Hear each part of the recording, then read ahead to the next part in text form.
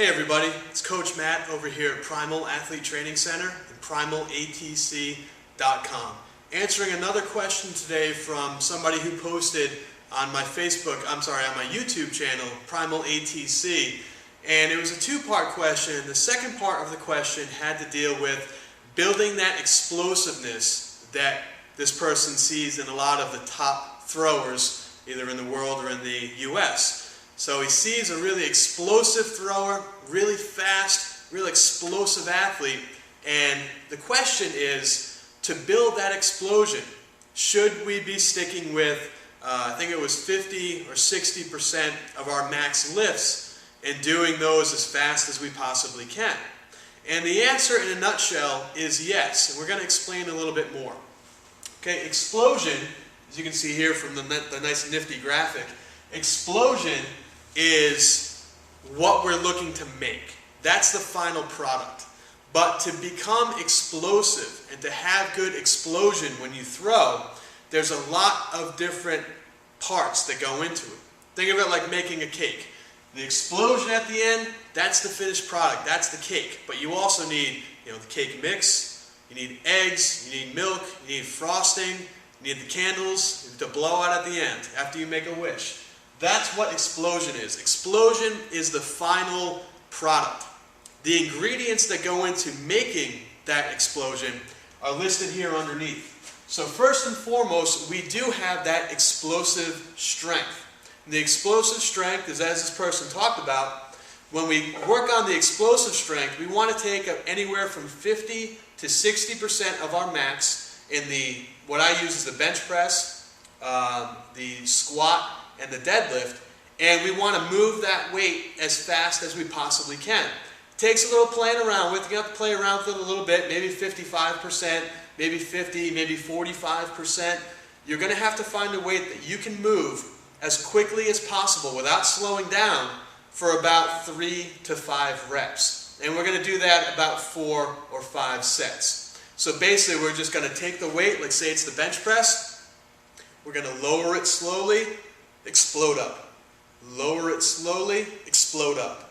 Lower it slowly, explode up. If your goal is to do 5 reps, and on the 4th or 5th rep, you lower it slowly, you go explode, and you get stuck halfway, that means it's too heavy, lighten it up a little bit. Remember, the goal of working this explosive strength is not to basically become exhausted. It's not to really go super heavy. It's about moving a medium weight as fast as you possibly can.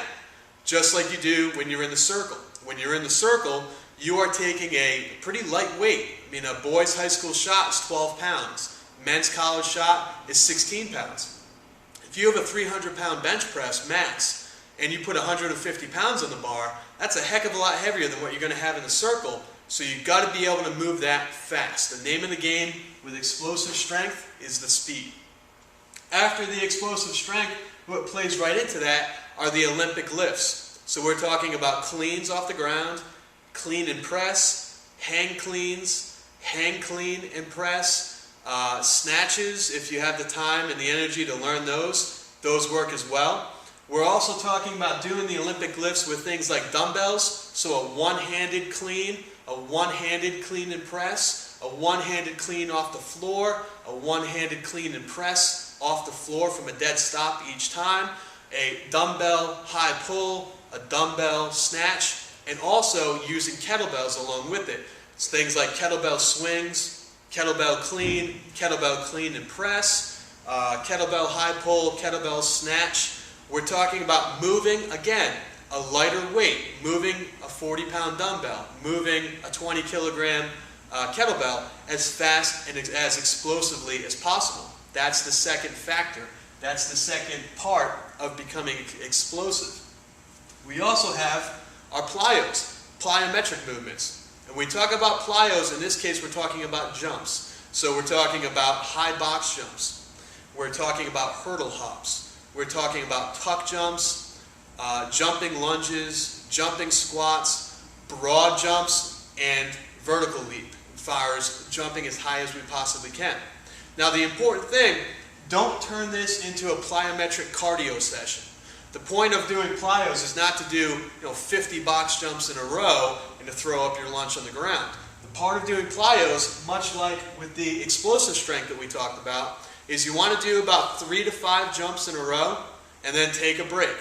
We're working on the explosion. We're working on the speed. If you get into more cardiovascular work, then you're not working explosion and we're not working strength and speed anymore. We're working on just pure endurance doing a jumping movement. You might as well just jump rope 400 or 500 times. You're going to get the same effect.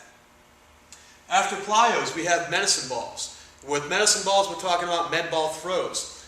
Underhand throws for height, underhand throws for distance, overhead throws for distance. We're talking about med ball slams, med ball side to side rotational throws. That's something that you do outside of practice. After you've done your throws in the circle, move outside the circle, get in a bunch of throws. Now, does that mean we take a 1 kilogram or a 2 kilogram little 4-pound ball and throw it as fast as we possibly can?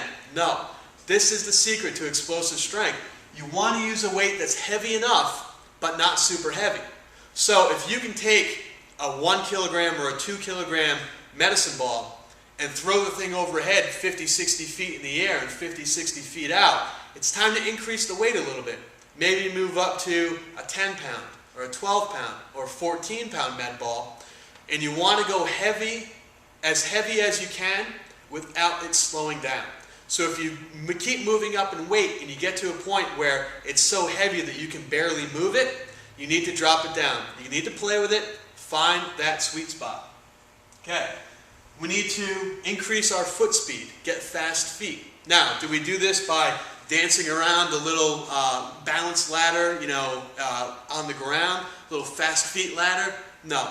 We do this with things like bounding, sprinting drills. We do this with bleacher runs. We do this with low hurdle hops. We increase our contact on the ground. So we decrease the amount of time that a foot is on the ground. Much like in the throws, like the glide shot put. As soon as that power position hits, as soon as that foot hits the ground, bang, you're gone. That foot's already turning, it's already exploding up. So increasing that foot speed is going to increase the speed of our entire body, which is going to increase the explosion, the amount of force and power that we put on the implement. And also, guys, we have to use heavier implements and lighter ones too. So when we talk about that, if you're throwing a 12-pound shot put, if you're a high school guy and you're throwing a 12, find a 16-pounder or a 14-pounder and throw that as well. Build the strength while working close to the same speed. Light implements, we're going to build the speed with working with something that's a little bit lighter. So we're going to increase the speed in the circle. That is pretty much as functional of a movement as you can get for your throwing events. Is using something that's a little bit lighter to increase your speed, something that's a little bit heavier to increase your strength. Now, if you are throwing a 12-pound shot, does that mean you go find a 20-pound shot put somewhere and throw that? Absolutely not, because then you're going to throw off your timing, you're going to throw off your form, and you're going to throw off your speed a lot. You want to work with something that's maybe 10 or 20% heavier. So a 12-pounder, you want to go up to a 14 or 16-pound shot, somewhere in that range. To go lighter, does that mean that you pick up, say, a 3-pound or a 5-pound, 6-pound shot put and throw that?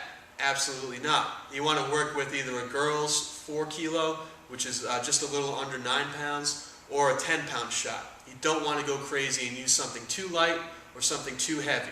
Stay right in the same range of what you're going to use when you are at a track meet. And this goes for discus, this goes for hammer, and this also goes for javelin, using things like the turbo jav, and using things like heavier javelin. So if you throw a girl's 600 gram, use the boys 800 for a day or two. Really get used to improving your strength with the implement.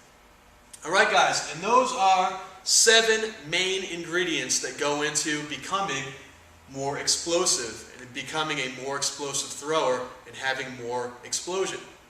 Alright guys, thank you so much for the questions. Make sure you keep sending them in. Also, make sure you visit primalatc.com. It's a brand new site. It's got a brand new blog where there's going to be daily updates. So video updates and printed articles that are going to answer your questions and help you throw further on a day-to-day basis. Thanks so much for the questions. Keep them coming in.